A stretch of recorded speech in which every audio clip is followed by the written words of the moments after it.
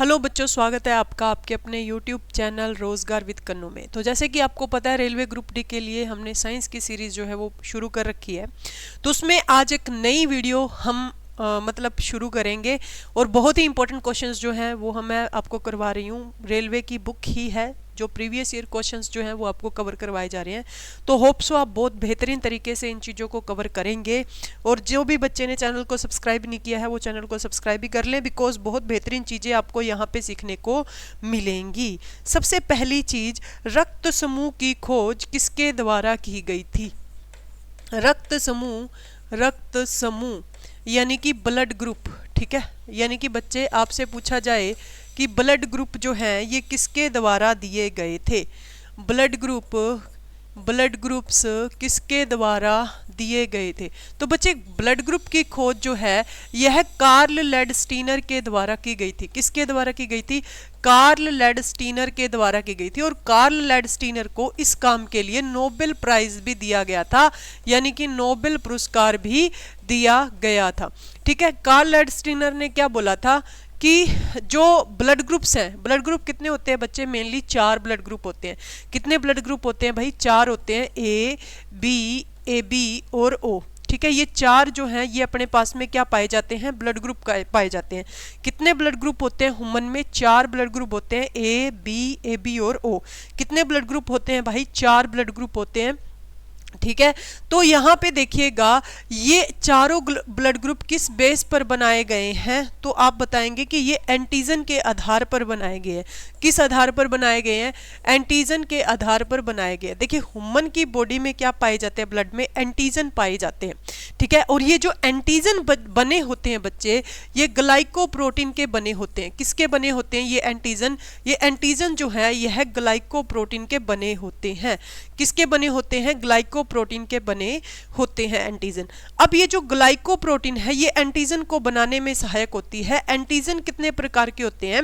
Antigen 2 प्रकार के होते हैं। एंटीजन कितने प्रकार के होते हैं? एंटीजन 2 प्रकार के होते हैं। ठीक है, एंटीजन ए और एंटीजन बी। ठीक है, एंटीजन 2 प्रकार के होते हैं। एंटीजन कौन से प्रकार के होते हैं? 2 प्रकार के, ए और बी। अब यहाँ पे देखिएगा एंटीजन 2 प्रकार के और ब्लड ग्रुप 4 प्रकार के कैसे हो गए? एंटीजन 2 प्रकार के और ब्लड ग्रुप 4 प्रकार के कैसे हो गए? तो एक साइड मैंने लिख लिया एंटीजन। ठीक है, एक साइड मैंने लिख लिया भाई एंटीजन और एक साइड मैंने लिख लिया ब्लड ग्रुप। एक साइड मैंने लिख लिया एंटीजन और दूसरी साइड जो मैंने लिख लिया वो क्या लिख लिया? Blood group. जिस इंसान के अंदर ए एंटीजन पाया जाता है उसका ब्लड ग्रुप जो होता है बच्चे वो होता है ए। जिस इंसान के अंदर बी एंटीजन पाया जाता है उसका ब्लड ग्रुप जो होता है बच्चे वो होता है बी। जिस इंसान के अंदर ए एंटीजन पाया जाए उसका ब्लड ग्रुप होगा ए। जिस इंसान के अंदर बी एंटीजन पाया जाए उसका ब्लड ग्रुप होगा बी। और जिस इंसान के अंदर कोई भी एंटीजन नहीं पाया जाता, ना ही एंटीजन ए पाया जाए और ना ही एंटीजन बी पाया जाए, उसका ब्लड ग्रुप कैसा होगा? ओ होगा। जिस इंसान के अंदर कोई भी एंटीजन नहीं पाया जाता उसका ब्लड ग्रुप कैसा होगा? ओ होगा। जिस इंसान के अंदर ए एंटीजन भी पाया जाए और बी एंटीजन भी पाया जाए उसके अंदर जो ब्लड ग्रुप होगा बच्चे वो क्या होगा? ए बी होगा। उसके अंदर जो ब्लड ग्रुप होगा बच्चे वो कैसा होगा? ए बी होगा। जिस इंसान के अंदर ए एंटीजन पाया जाता है उसका ब्लड ग्रुप क्या होता है बच्चे? ए। जिस इंसान के अंदर बी एंटीजन पाया जाता है उसका ब्लड ग्रुप कैसा होता है? बी। जिस इंसान के अंदर कोई भी एंटीजन नहीं पाया जाता, मैंने क्रॉस लगा रखा है, उसका ब्लड ग्रुप कैसा होता है? ओ होता है। और जिस इंसान के अंदर ए एंटीजन भी पाया जाए और बी एंटीजन भी पाया जाए उसका ब्लड ग्रुप जो होता है बच्चे वो होता है ए बी। क्या होता है बच्चे? ए बी होता है। अब इसी वजह से देखो, ओ के अंदर कोई भी एंटीजन नहीं पाया जाता तो इसीलिए ये ए को भी ब्लड ग्रुप दे सकता है, बी को भी दे सकता है और ए बी को भी दे सकता है। क्यों? क्योंकि इसके अंदर कोई एंटीजन ही नहीं है। इसीलिए ओ को बच्चे सारवदाता बोलते हैं, यूनिवर्सल डोनर कहा जाता है। ओ को क्या बोलते हैं? सारवदाता, यूनिवर्सल डोनर कहा जाता है। वैसे ओ नेगेटिव को यूनिवर्सल डोनर बोलते हैं, लेकिन पेपर में ओ का ही ऑप्शन आएगा।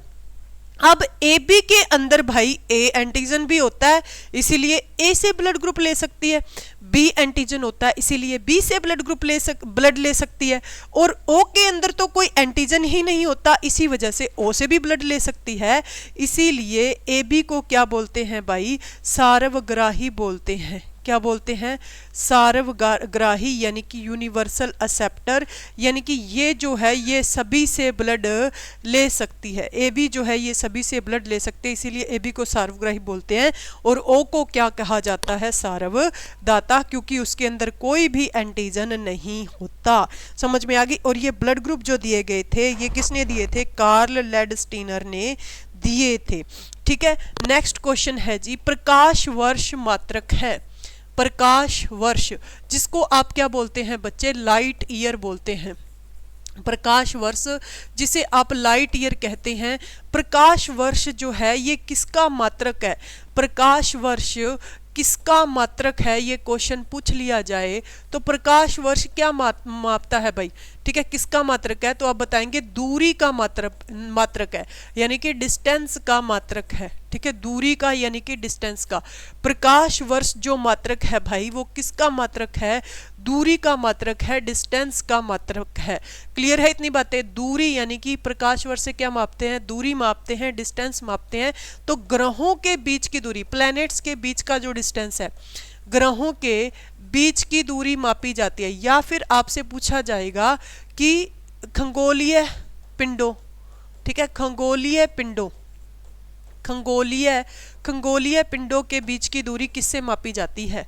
क्या पूछ लिया जाए कि खगोलीय पिंडों के बीच की दूरी जो है, पिंडों के बीच की दूरी किससे मापी जाती है, बीच की दूरी किससे मापी जाती है, तो भी क्या बताओगे, प्रकाश वर्ष से। यानी कि ये एसआई यूनिट है, खगोलीय पिंडों के बीच की दूरी मापने की एसआई यूनिट है। इंग्लिश में आप बोलेंगे सेलेस्टियल बॉडी। क्या बोलेंगे, सेलेस्टियल बॉडी के जो बीच का जो डिस्टेंस होता है उसको मापने की एसआई यूनिट क्या होती है, तो लाइट ईयर होती है, प्रकाश वर्ष होती है। तो ये तो होगी एसआई यूनिट, ठीक है, जिससे हम ग्रहों के बीच की दूरी को मापते हैं। लेकिन आपसे पूछ लिया जाए भी, बताओ ग्रहों के बीच की दूरी मापने की सबसे बड़ी इकाई क्या है। क्या पूछ लिया जाए भाई, ग्रहों के बीच की दूरी मापने की सबसे बड़ी इकाई पूछ ली जाए, दूरी मापने की सबसे बड़ी इकाई क्या है, ग्रहों के बीच की दूरी मापने की सबसे बड़ी इकाई क्या है। तो बच्चे ग्रहों के बीच की दूरी मापने की जो सबसे बड़ी इकाई है ना, ग्रहों के बीच की दूरी मापने की सबसे बड़ी इकाई है वो क्या है भाई, पारसेक। ठीक है, क्या है भाई, पारसेक। ग्रहों के बीच की दूरी मापने की सबसे बड़ी इकाई जो है बच्चे वो क्या है, पारसेक है। ठीक है, एसआई यूनिट पूछी जाए तो आप बताओगे लाइट ईयर, लेकिन ग्रहों के बीच की दूरी मापने की सबसे बड़ी इकाई पूछी जाए तो बच्चे आप क्या बताओगे, ग्रहों के बीच की दूरी मापने की सबसे बड़ी इकाई जो है वो पारसेक है। ठीक है, क्या है जी, पारसेक है। क्लियर। उसके बाद में चलिएगा नेक्स्ट क्वेश्चन की बात करते हैं, और नेक्स्ट क्वेश्चन हमारे पास में है भाई, आपसे पूछा जाए कि जीवन रक्षक हार्मोन किसे कहा जाता है। ठीक है, जीवन रक्षक हार्मोन किसे कहते हैं, जीवन रक्षक हार्मोन किसे कहा जाता है। ठीक है, जीवन रक्षक हार्मोन किसे कहा जाता है। तो बच्चे जीवन रक्षक हार्मोन जो कहा जाता है वो किसको बोलते हैं, अड्रेनलिन हार्मोन को बोलते हैं। ठीक है, अड्रेनलिन हार्मोन को कहा जाता है। अब ये जो अड्रेनलिन हार्मोन है ना, ये अड्रेनल ग्रंथि, जिसको इंग्लिश में भी आप अड्रेनल ग्लैंड कहते हैं, अड्रेनल ग्रंथि से रिलीज होता है। अड्रेनल ग्लैंड से रिलीज होता है, किससे रिलीज होता है, अड्रेनल ग्लैंड से रिलीज होता है। आपसे पूछा जाए कि जीवन रक्षक हार्मोन जो है ये कहाँ से रिलीज होता है, किस ग्रंथि से रिलीज होता है, तो आप बताओगे कि अड्रेनल ग्रंथि से जीवन रक्षक हार्मोन जो है ये रिलीज होता है। क्यों, क्योंकि भाई देखो डर भय की स्थिति में जब हमें उत्तेजित हो जाते हैं एकदम से, है ना, हम डर लगने लग जाता है, तो ये हार्मोन जो है वो कंट्रोल करता है पूरी बॉडी को। ठीक है, तो इसीलिए इसको क्या बोलते हैं, जीवन रक्षक हार्मोन, जो अड्रेनल ग्रंथि से रिलीज होता है। किससे रिलीज होता है, अड्रेनल ग्रंथि से रिलीज जो है होता है। चलिएगा नेक्स्ट पॉइंट की बात करते हैं। हाइड्रोफोबिया रोग जो है, हाइड्रोफोबिया रोग किससे होता है? वायरस से होता है। ये मैंने पहले भी आई थिंक क्वेश्चन को डिस्कस किया है। हाइड्रोफोबिया रोग जो होता है मेनली कुत्ते के काटने से होता है। ठीक है, हाइड्रोफोबिया रोग जो होता है यह कुत्ते के काटने से होता है। किसके काटने से? कुत्ते के काटने से होता है। और हाइड्रोफोबिया एक वायरस से होता है, ये भी ध्यान रखना, विषाणु से होता है। और वो विषाणु इसके अंदर कौन सा होता है? रैबिडो वायरस होता है। कौन सा होता है भाई? रैबिडो वायरस जो है पाया जाता है। हाइड्रोफोबिया रोग कुत्ते के काटने से होता है और इसके अंदर क्या होता है? एक वायरस से होने वाला ये रोग है। क्लियर? उसके बाद में नेक्स्ट जो क्वेश्चन है आपके लिए बहुत ही इंपॉर्टेंट क्वेश्चन, बहुत बहुत बहुत बहुत इंपॉर्टेंट क्वेश्चन आपसे पूछ लिया जाए कि प्रकाश संश्लेषण की प्रक्रिया के लिए जरूरी गैस कौन सी है? प्रकाश संश्लेषण, ठीक है, प्रकाश संश्लेषण यानी कि आप इसे क्या बोलते हैं? फोटोसिंथेसिस।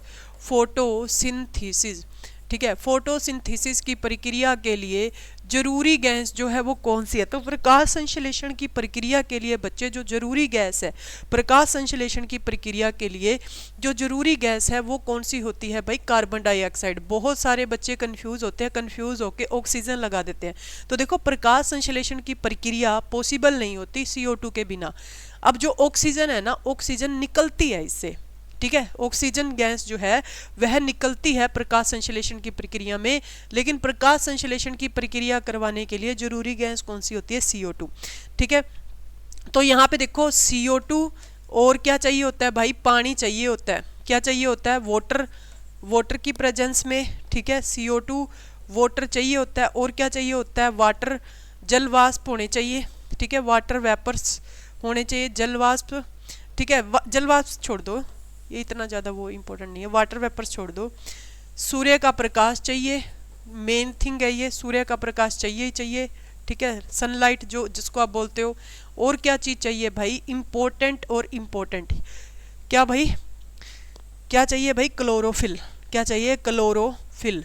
ठीक है, क्लोरोफिल चाहिए। इन चारों चीज़ों की उपस्थिति में प्रकाश संश्लेषण की प्रक्रिया होती है, जिससे पौधे अपना भोजन बनाते हैं, जिससे पौधे जो हैं वो अपना भोजन बनाते हैं। तो ये थे आज की क्लास के इंपॉर्टेंट क्वेश्चंस। तो चैनल को सब्सक्राइब कर लीजिए, प्रीवियस ईयर क्वेश्चंस जो हैं वो यहाँ पे डिस्कस करवाए जाएंगे। Okay, thank you so much.